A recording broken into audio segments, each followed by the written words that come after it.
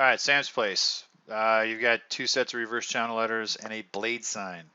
So reverse channel letters are reverse channel letters, pretty easy. You got your faces, tabs, backers. The one thing to look out for this set is that there is a backed up acrylic on the logo there. So really the only thing you want to watch out for that is go ahead and form your returns, and then before you weld them on, go ahead and shoot your studs and then weld your returns on. So do it in that order. That way you don't have to worry about the studs being in the way when you're doing the return, and you don't have to worry about the return being in the way when you shoot your studs. So do that in that order, I would suggest. But otherwise, it's just reverse channel letter. I think it's 2.5 inch is what the sketch says. So enough of that. So the main thing here is the blade sign. So blade sign's a little tricky. Just got to put it together in the right order. It's going to be a 1/4 inch bracket with 1x3 rectangle tube.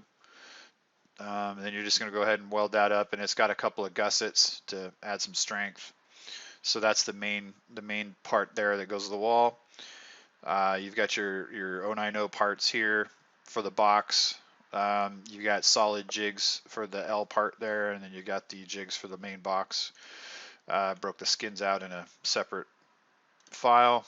There's your bracket, and there'll be a mounting pattern there. So, like I say, it's not too tough. You're just going to put together this box here. Do not put the face on. You'll put the face on the main box at the end.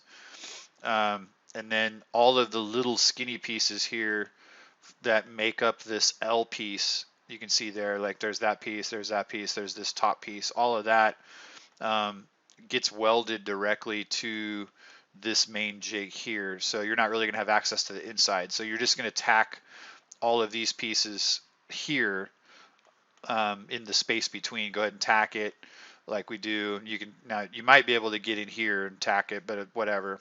But you basically just tack it to that jig, and then go ahead and grind it smooth, and then you're going to go ahead and lords the faces on.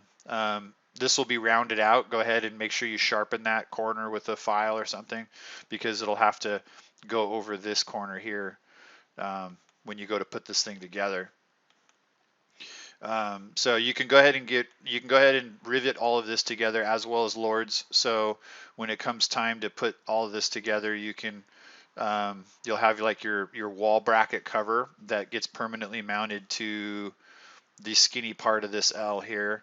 So you can go ahead and lords and rivet that. You can lords and rivet that. The only thing you can't lords and rivet is when you go to put the top on here. You can lords and rivet this part, but you got to keep this clear because this whole thing sits on the mounting bracket. As you can see there, that's the 1x3. So this right here needs to stay clear. Your mounting will be available to you through the top here. There's just going to be this little lid that has a single little screw that's going to sit on top of this little bent piece here. Once you bend this down, you'll have a little spot for your screw, and that'll just sit on top of the jig right along in there.